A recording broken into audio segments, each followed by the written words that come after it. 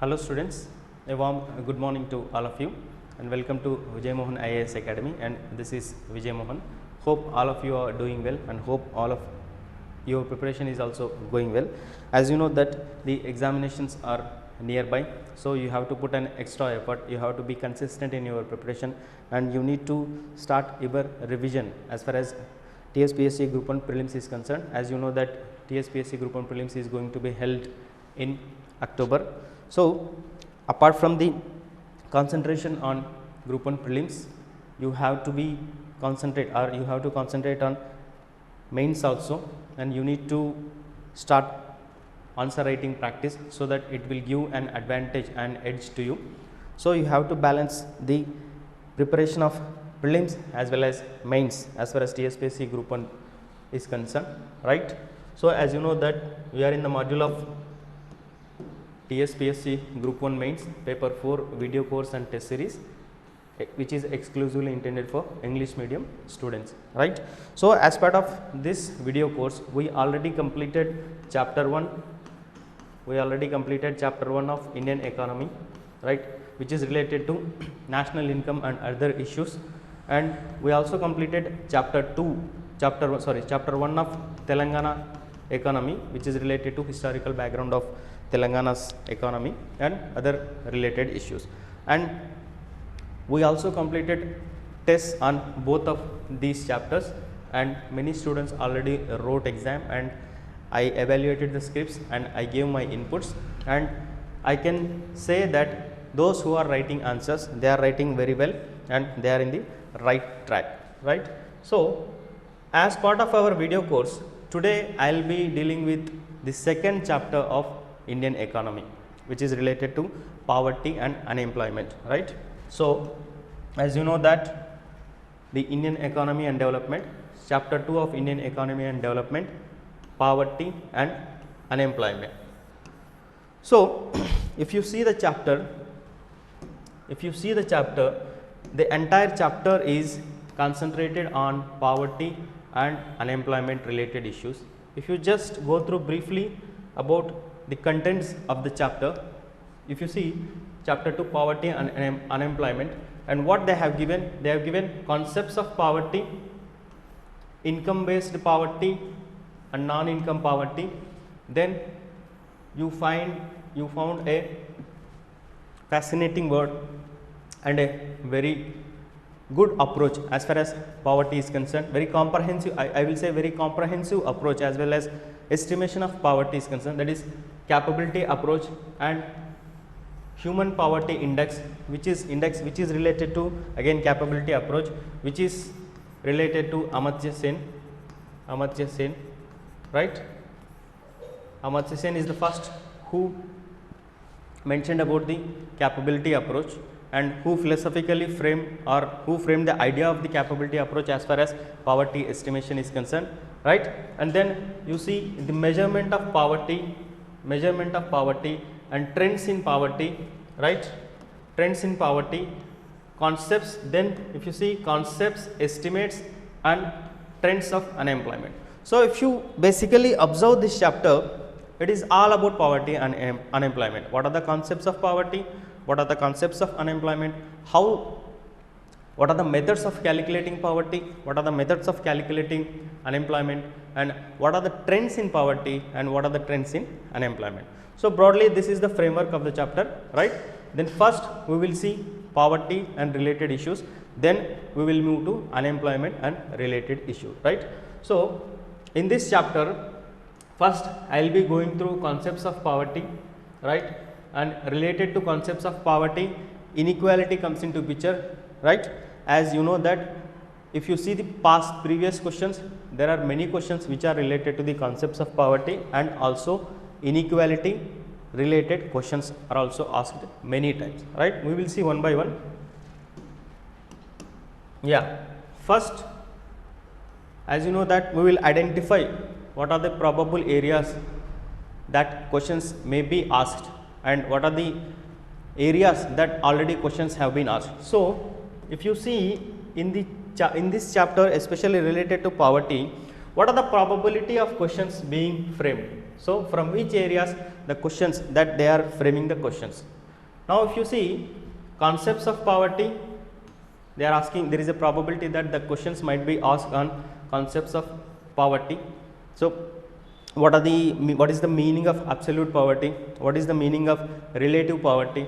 How relative poverty is being calculated, and how inequality which is related to relative poverty being calculated, and what are the methods to calculate the inequality that is prevailing in economy. If you observe the previous questions on inequality, there is more stress, and what are the methods to calculate the inequality? We will see one by one as we move forward. So, there is a probability of questions being asked on concepts of poverty, and there were many questions previously asked on the concepts of poverty, right? Now, inequality and its measurement, there is a probability of questions being framed on this concept also. If you observe the previous questions, there were questions, as I already told you, there were questions on inequality and its measurement, and basically there are two methods to calculate the inequality. One is Lorentz curve, and another one is Gini coefficient, right? So, these are the two methods where you can measure the inequality prevailing in the economy, and this aspect, that is inequality and its measurement, is going to be very important as far as this year's examination is concerned. Why? Because this notification is concerned. Why? Because of the COVID pandemic and COVID related, or you can say pandemic induced lockdown, there was a economic hardship in the Indian economy, and because of that economic hardship due to COVID induced lockdown in the economy, there was many reports and there were many studies which says that because of the COVID-19 pandemic induced lockdown, Indian economy experienced some sort of inequality. If you observe the World Inequality Report 2022, which is released recently, even the World Inequality Report is endorsing that the Indian economy is experiencing inequality since 2 or 3 decades, and it was more so after the LPG reform, after the announcement, or after the, you can say, the announcement of LPG reforms, that is liberalization, privatization and globalization policy, and also because of the COVID-19 induced lockdown also, there was a problem of inequality, increasing inequality in the Indian economy. We will see as we go forward, right? So, you have to be thorough with this concept, inequality and its measurement, where there is a high probability of question being framed. Even UPSC aspirants also, maybe this time you may expect a question on the inequality and its related issues, right? Then next probability area of question being asked is approaches to poverty. There are different approaches. In your syllabus itself, it has mentioned that income based approach and non-income based approach, where capability approach is a part of non-income based approach, right? So, here income based approach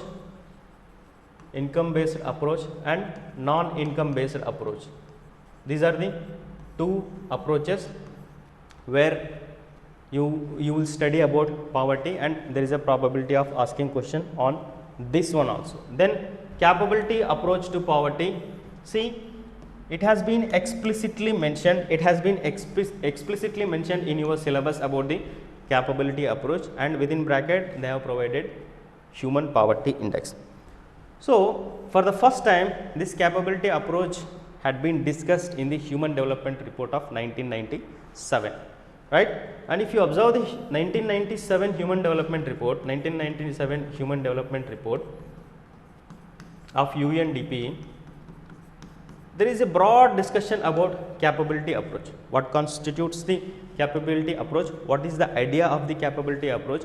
And what is the usefulness of human poverty index as part of the capability approach to measure the poverty in a comprehensive manner compared to the human development index?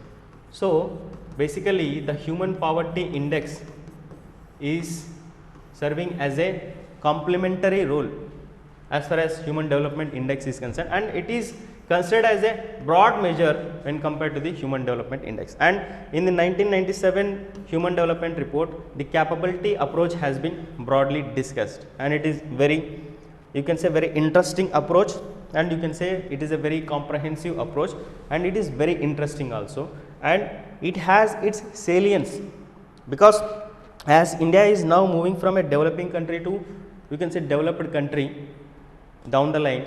So we need to have a, what you say, instruments to measure the relative poverty, not the absolute poverty, because the discriminations or deprivations in a developed economy are different when you compared with the least developed or developing economy. So on the whole, I will say that this is a fascinating word which is being provided explicitly in the syllabus, and if an examiner wants to frame a question on this particular poverty related issue, he will have a tendency to frame a question on the capability approach. So try to be thorough with the capability approach. We will see what is capability approach as we move forward, right? So next important aspects that we are having a probability of asking question is multidimensional poverty index, MPI.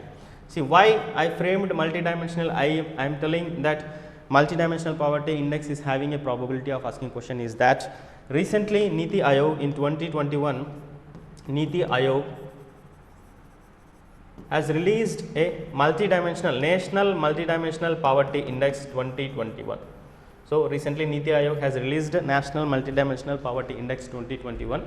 So keeping this in mind, there is a high probability that they might ask a question on the multidimensional poverty index. What is the multidimensional poverty index? How multidimensional poverty index is better than the human development index, right? So in this dimension, there is a probability of questions being framed, and this multidimensional poverty index is in a way related to capability approach, where the deprivations that a particular individual is experiencing will be calculated, and based on that the relative poverty and inequality is also being calculated, right. So these two are interrelated, right, and this is one type of index to calculate the poverty in capability approach. We will see that also, and we will see national multidimensional poverty index which is being released by Niti Aayog, right.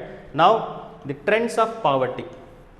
So there is a probability, and many, if you observe the previous questions, many questions are being framed on the trends of poverty, how poverty has been, what you say, increased or decreased, right, and what is the poverty stats, or what is the poverty ratio after the LPG reforms, before the LPG reforms, right.